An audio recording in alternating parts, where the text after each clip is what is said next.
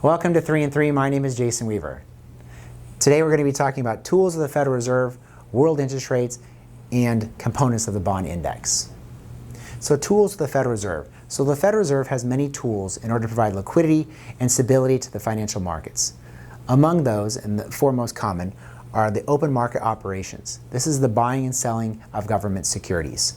The discount rate, which is the interest rate charged by the Fed to banks on short-term loans.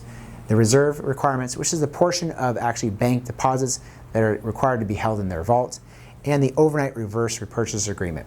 And that's currently being used in order to support the overnight rate and keeping it between that 0 to 0.25% range and providing liquidity to cash reserves and money markets.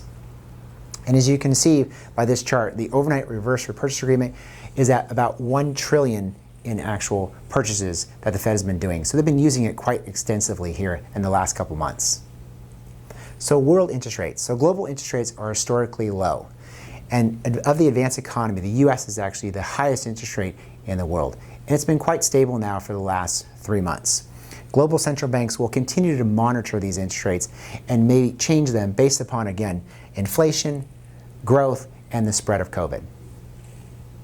So what you're looking at here is a 10-year government bond yield and the interest rate that we used to get on those bonds. And going back to 2005 and 2006, where inflation was about 5%, which is where it is today, our U.S. government treasuries were yielding 5%. So we're in a very much a different place today.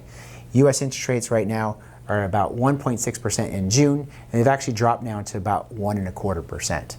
The euro area is at negative 0.3, Japan's at 0.1, UK is at 0.9, and Canada is at 1.4% interest.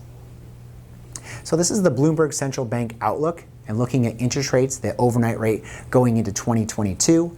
And besides that, those yellow areas, which again, Central Europe, also Russia, and then parts of South America, we're expecting interest rates to maintain their current rate at that 0 to 0.25 in the US, in Canada into 2022, and also to be stable in parts of China and Asia, and for the most part in Australia.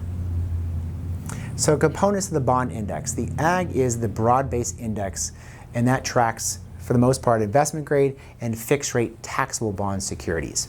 And it's meant to simulate the universe of bonds. It includes treasuries, government-related and corporate securities, mortgage-backed securities, asset-backed securities, and commercial mortgage-backed securities. And as you look at the components of that AG, you'll see that treasuries represent 37.2%, U.S. agency mortgage-backed securities at 26.8%, industrials at 16.9%, and financials at 8.4%.